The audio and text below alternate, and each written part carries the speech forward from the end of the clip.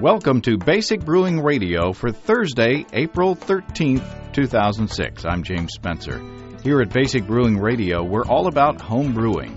With this week, Kevin DeLange, owner of a homebrew shop and a microbrewery, two dream jobs for homebrewers, joins us to go into detail on the process of mini-mashing or partial mashing.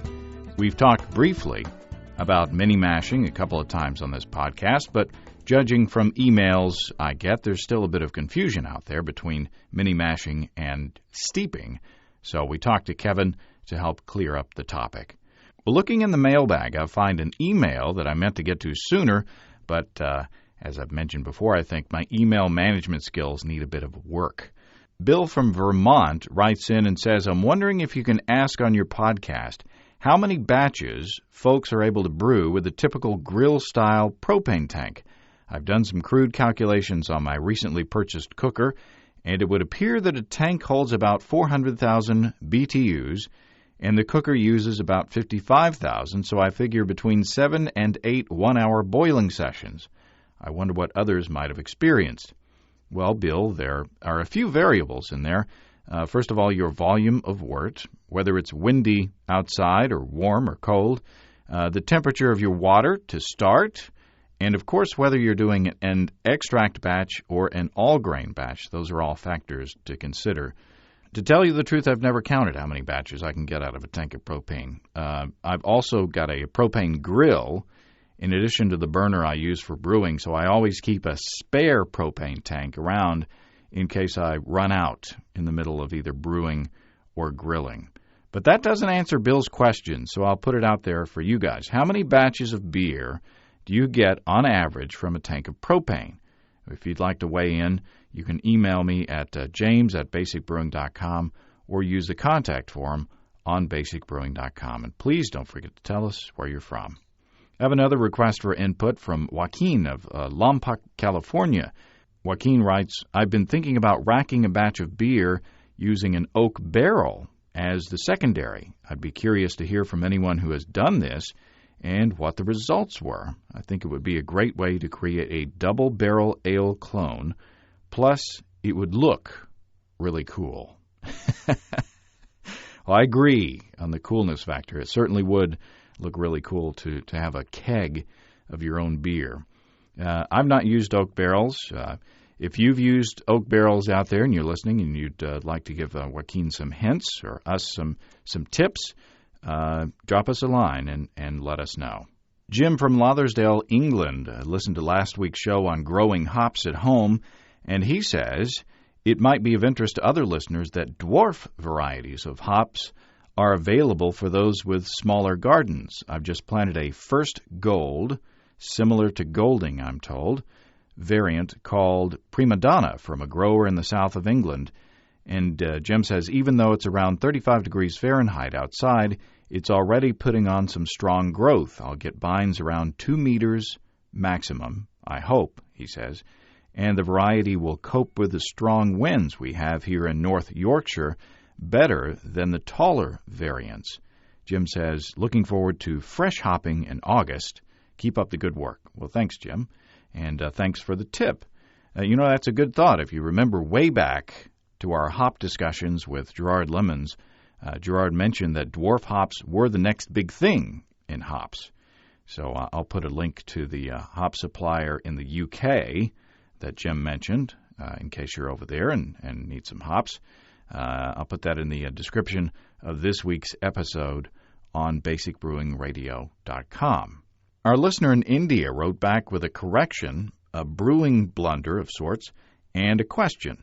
Well, first of all, I have to apologize because I mispronounced his name. It's Naween, not Navin. So not even close. And shame on me for not asking. That's a good point that this brings up. If you have a name that you think I might have trouble with or that is mispronounced often, let me know by kind of doing the little pronunciation spelling. So I apologize to Naween for not saying his name correctly. Naween goes on to say, I was to try steeping some toasted barley malt, which I had prepared a couple of weeks ago, when I asked my servant, And Naveen says, everyone in India has a couple. To boil the muslin cloth to get rid of dirt and bacteria, he inadvertently boiled the crushed malt with it. I had to throw that out and make the beer without steeping. And I told Naveen that there's really no need to boil the muslin to kill bacteria, since it will be used before the boiling of the wort, and the wort will go through a full boil after you do your steeping. You just have to make sure your grain bag is clean to avoid any off flavors. But it doesn't necessarily have to be sterile. The question that Naveen has is this.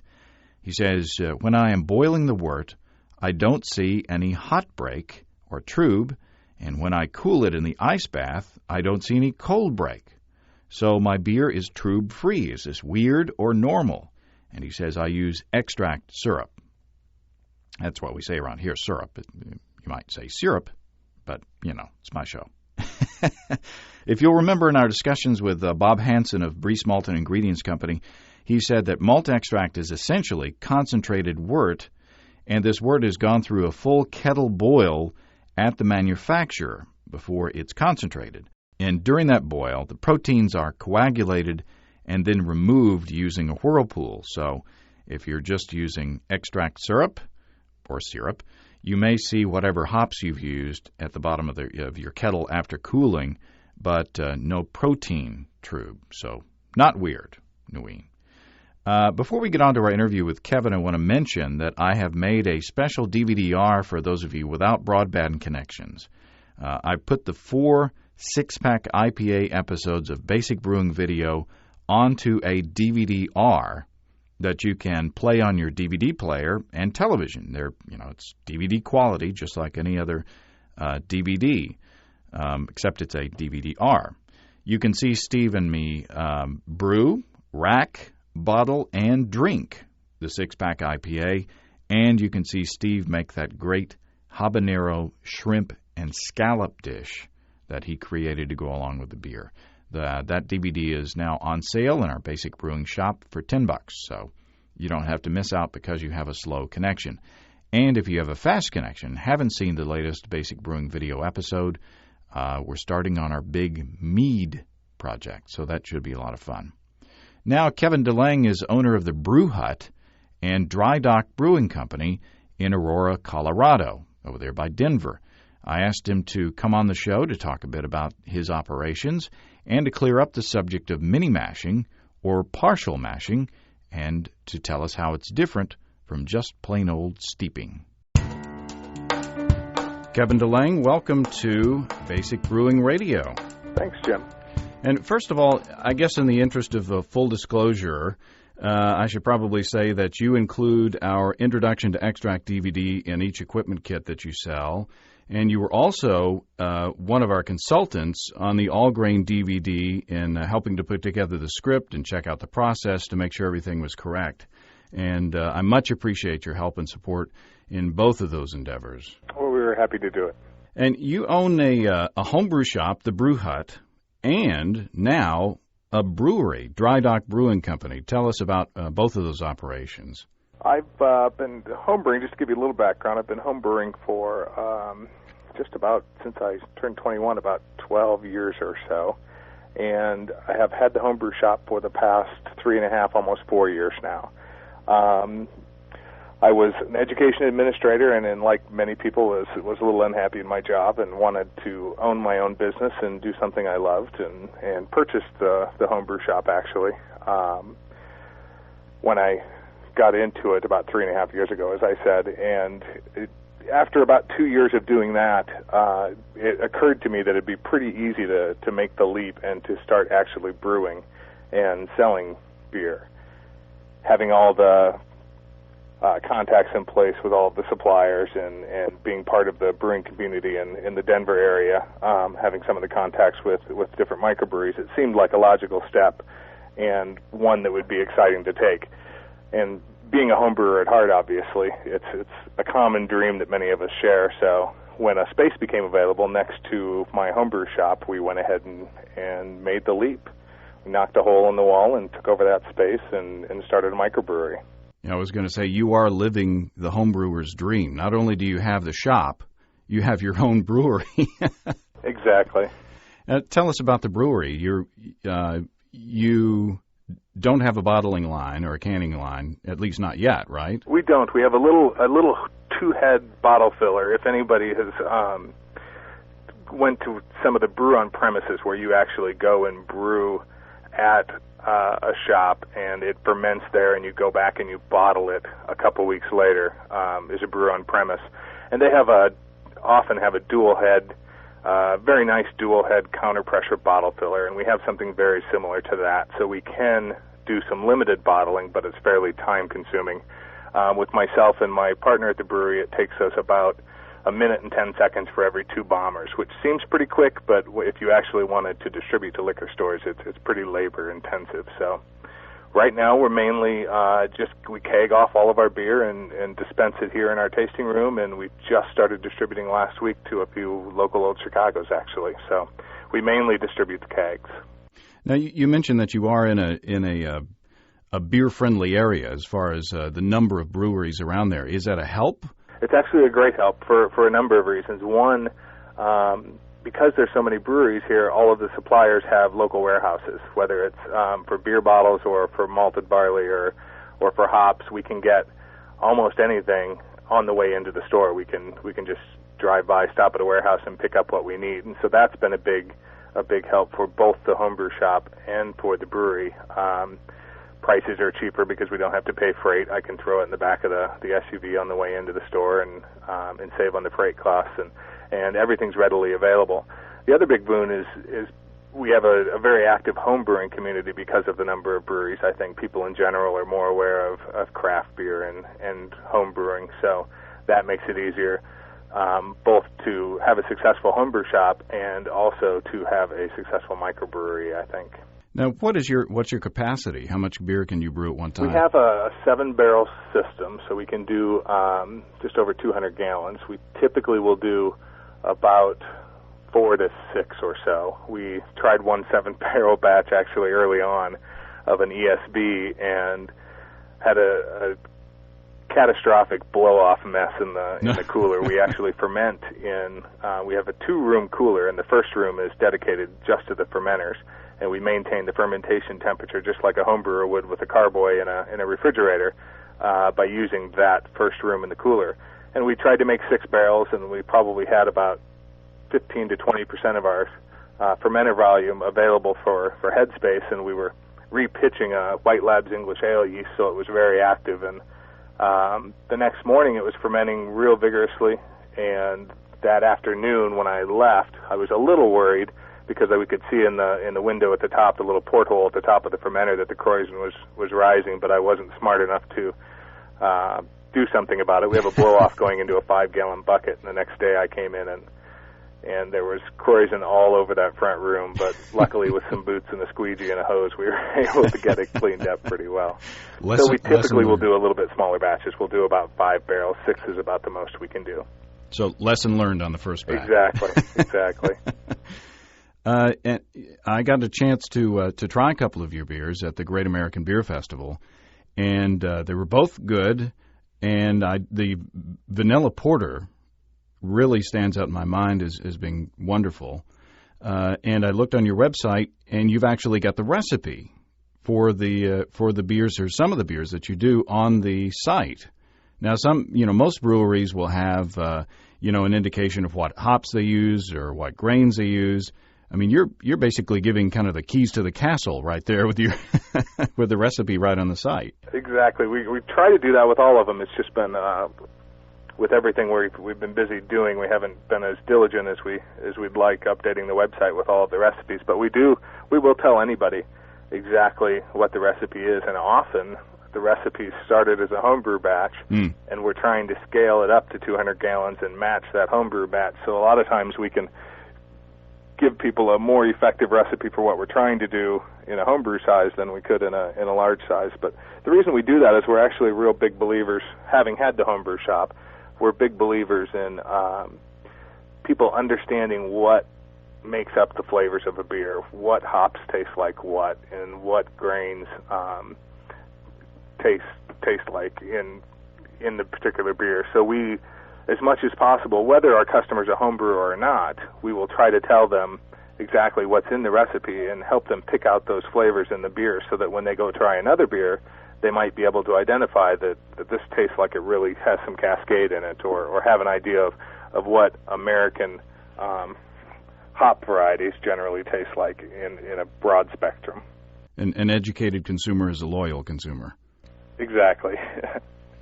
The other benefit to doing that is at the moment, a lot of our customers are coming from the homebrew shop, obviously, since we're connected. But as the brewery grows and we get more popular, it will, I think, it will flow the other way, where we may have some customers who learn of us first as a brewery and then decide to start homebrewing on their own because of the connection between the two businesses. You've got the best of both worlds. Exactly. Now, the reason that, it's interesting talking about your operation, and we haven't talked to somebody that, has both the homebrew store and the brewery, right next door to each other, and has kind of evolved in that way, so I wanted to talk about that. But the main reason I've got you on is to talk about mini mashing or partial mashing. And there's a lot of confusion out there. I still get emails from people who confuse steeping with an extract batch with mini mashing. And I've tried to explain a couple of times, and I guess I'm not very effective on my explanations, or people haven't heard the archived episodes. But go over the difference of, steeping with specialty grains in an extract batch and doing a mini mash. Steeping an extract batch, usually when people, the way I take extract brewing is to imply that you generally are steeping some grain still, because it's an easy step to do at the beginning.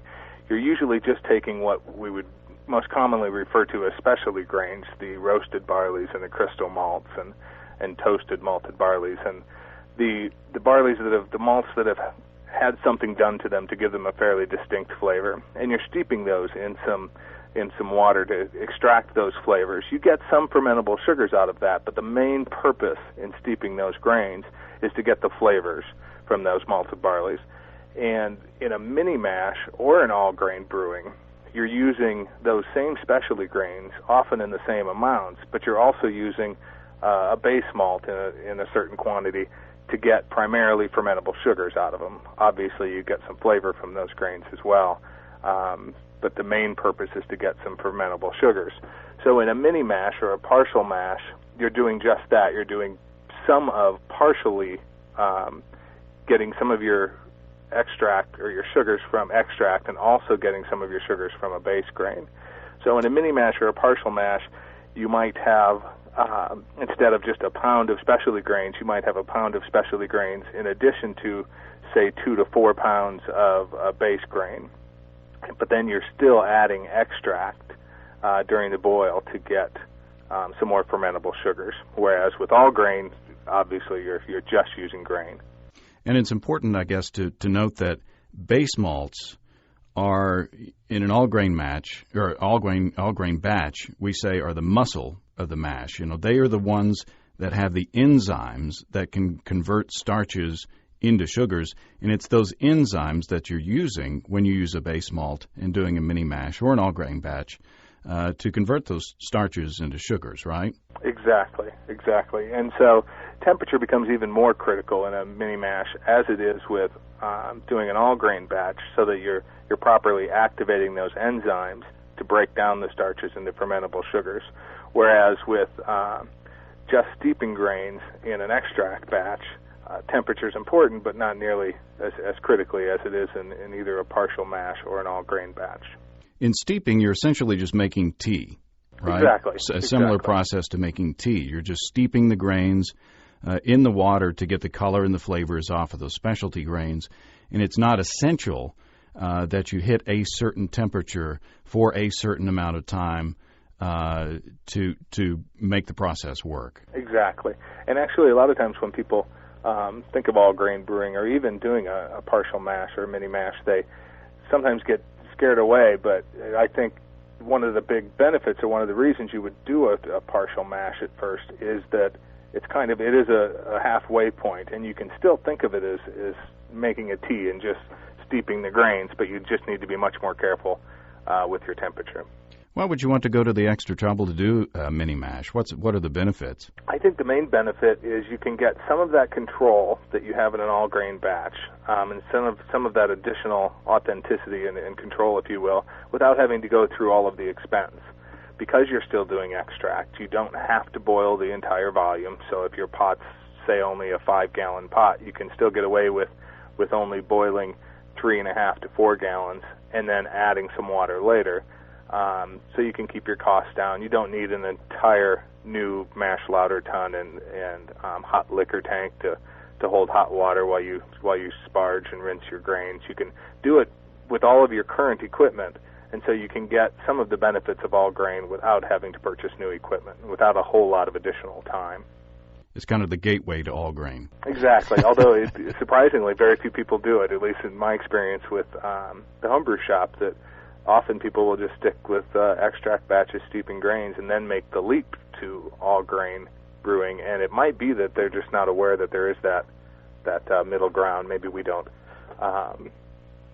inform people as well as we could that they can start doing that rather than diving just into all grain. Now, if you were to convert a standard extract recipe into a mini mash recipe, how would we do that? It's actually fairly easy. The first thing I would do is decide how much grain can you handle? How am I going to deal with this grain? And how much grain can I comfortably deal with? Let's say you usually, in the recipe, calls for 1 pound of various specialty grains, some roasted barley and chocolate and crystal and such, and it calls for 6 pounds of malt extract. I usually help people by say how much grain do you want, and if they say they think they can deal with 4 pounds, then we'll use that 1 pound of specialty grains, leave that exactly the same, and then add, in addition to that, 3 pounds of a base malt, and we would help them choose an appropriate one, whether they're doing a German Pilsner or an American beer or an ESB. We might use Maris Otter, but we'll decide how much base grain they can add to that comfortably. And then we need to figure out how much extract to reduce from the recipe. And the formula I generally use, mainly because it's simple and it's something very close, is 1.5 pounds of the base malts of the grain equals about 1 pound of malt extract. Okay. So if you're adding 3 pounds or so to it, you can subtract 2 pounds of malt extract. So if the recipe called for 6, you can go ahead and add 4, and then you would steep 3 pounds of the base malt with your specialty grains. So that's fairly easy. What kind of equipment are we going to need to do a mini mash? There's lots of options, as there is with all grain brewing. You can typically steep them in your boil pot like you normally would, like most people do with their specialty grains. And you just need some way to be able to extract those grains from the pot after you're done steeping. I have some customers that just stick with disposable muslin socks. They'll typically use 2 of them and put a couple pounds in each one. I have some customers, I'm actually a big fan of this, that use a nylon bag like you would for a large nylon bag like you would for making wine from scratch, for example, where you have the fruit in there when it's fermenting, but a large nylon bag so that the grains are very loose in your water and are allowed to let the liquid flow through them better. And then you can simply pull the bag up out of the pot, letting the liquid fall down gently, and an easy way to do it, to rinse them, might be to get some hot water in another pot on the side and slowly pour over the grains to gently kind of rinse them out. I have some customers that will use a nylon bag but then put it into a colander that fits on their pot and set the colander on top of the pot and the nylon bag in the colander, and then again slowly rinsing it with some hot water. There's really lots of options. I think the best way to do it is to understand the goal and then see what you've got and what you think would work best for you. But it's really not a lot of extra equipment. So you need to mill the grain as you would at an all grain batch. And you said rinsing, but another term to use for that is sparging, right? Exactly. A lot of people get confused by, the new words, the new vocabulary in all grain brewing, but it's, if you just substitute sparging for rinsing and lautering for draining, Exactly. Yeah. It makes it easier to make that transition if you start with the the vocabulary and the mini mashing. Then when you get to all grain brewing, it's that much easier. So how much water do you use per pound of grain? I actually, when I'm doing a mini mash, typically use in an all grain batch. I would in an all grain batch, I typically use 1.25 quarts of water per pound of grain.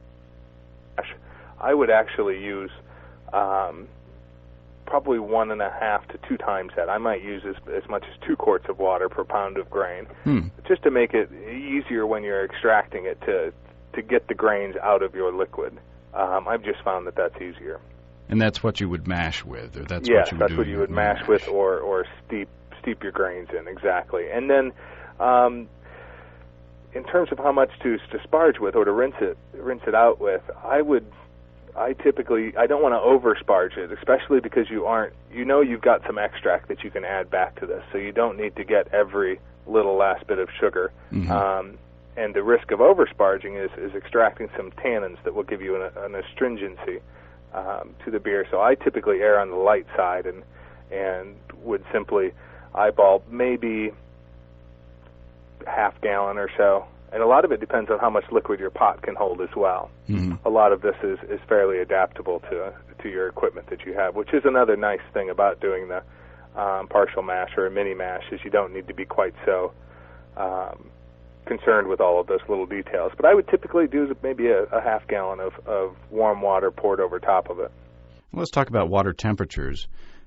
What is the temperature of the mash that we should shoot for to do that conversion of starches into sugars? Just like with all grain brewing, it's somewhere in the low 140s to the high 150s, about 143 to 156 or so.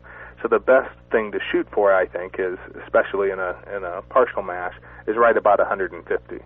That way, if you're a little high or you're a little low, it's not a big concern. So I would typically get my water temperature before adding the grains up to the maybe 160 range, and then when you add your grains, you're going to drop down to that temperature. And of course, this depends a lot on that initial water temperature. Depends a lot on the ratio of grain to water. If you have a runny solution, if you're using quite a bit of water up in the 2-quart range, you may only increase your water temperature by 5 or 6 degrees before adding the grain, because the grain's not going to drop the temperature as much as it would if you, say, only used 1.25 quarts per pound of grain. But your idea is to hit that temperature right about 150. And then with your sparge water, my general rule of thumb is you don't want to go above 170, so keep it below 170.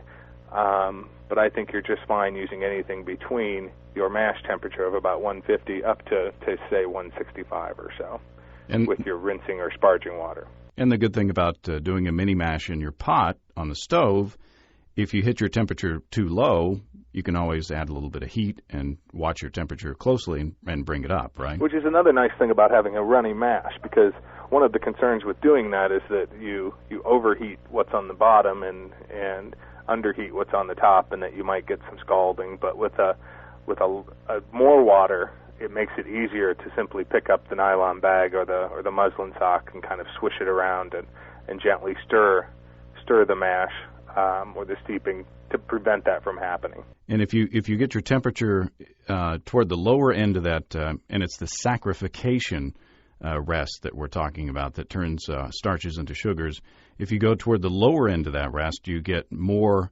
alcohol or more fermentable sugars. And if you go to the upper end of the range, you get the less fermentable sugars, which gives you more body, right? Exactly. And so you can start taking advantage of those methodologies and having that extra control with a mini mash when you wouldn't have that control in an extract batch where you're simply steeping some grains.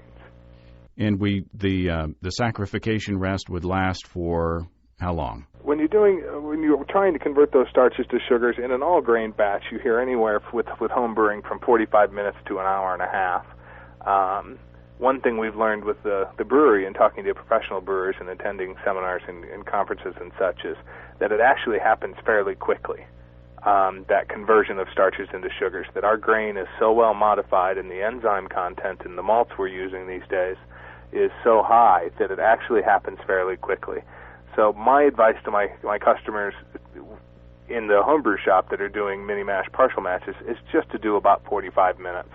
And I think you'll find that you've converted the vast majority of those starches into sugars, that your enzymes are done. So I would typically do it for about 45 minutes. Of course, if you hit your temperature a little low and it takes you 15 minutes to get it up to 150, I would start the clock then. But I think 45 minutes is a good time frame for a mini mash or partial mash.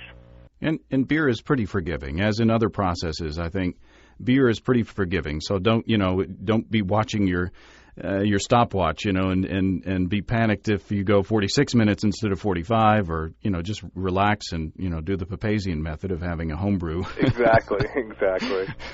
And one point about maintaining that temperature, as you said, it's pretty easy to be able to put some more heat on the stove. But 150 really isn't very hot in relative terms. I've found that you can take it off the heat once you get your temperature and wrap an old towel around it, and that works just fine usually to maintain your temperature for at least a half an hour, and then maybe you need to raise a little bit. I've also heard of people putting it in the oven if they have an oven that they can control the temperature at that low of a temperature, that sometimes works, or setting the pot in the microwave to work as an insulation. But it doesn't take much to maintain that relatively low temperature of 150. And also you could use a small, water cooler to, as a lauter ton, another fancy word. Yeah. if you wanted to go to that extra step, but like you said, you don't have to. Exactly. Yeah. So we mill our grain, and then we put it in a grain bag or a couple of grain bags to make it easy on us. We heat our water to the proper temperature, get us to around 150, steep, I guess, or mash for about 45 minutes to an hour, something like that, to get our sugars. Rinse it off with some water that's close to 170 degrees, and then we're ready to add the rest of the water to get us up to our boil volume and add our extract, and off we go, right?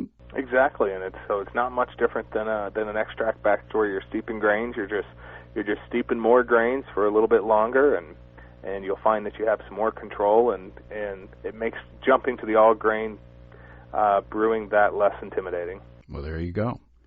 Well, Kevin, I appreciate your time. Anytime. Thanks for giving us a call, Jim. Well, this is fun. We'll have to do this again sometime. It sounds good.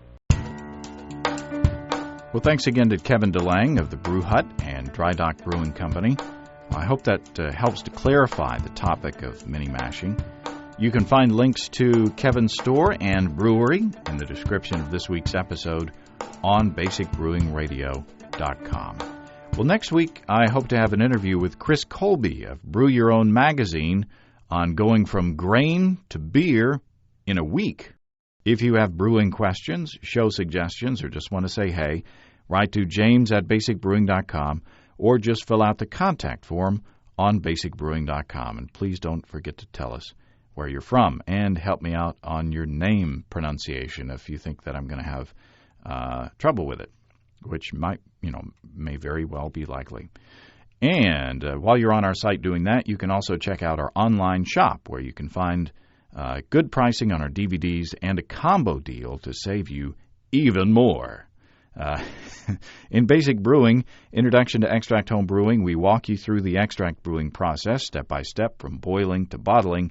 And in Basic Brewing, Stepping into All Grain, we take you through the all grain process from milling your grain to collecting your wort. And you can see a listing of the fine folks across the country who sell our DVDs on basicbrewing.com. That includes the Brew Hut. And if there isn't a vendor in your area, you can order it online. And your local, if your local homebrew store doesn't carry our DVDs, maybe you can point them to me, and I'll let them know how they can do that.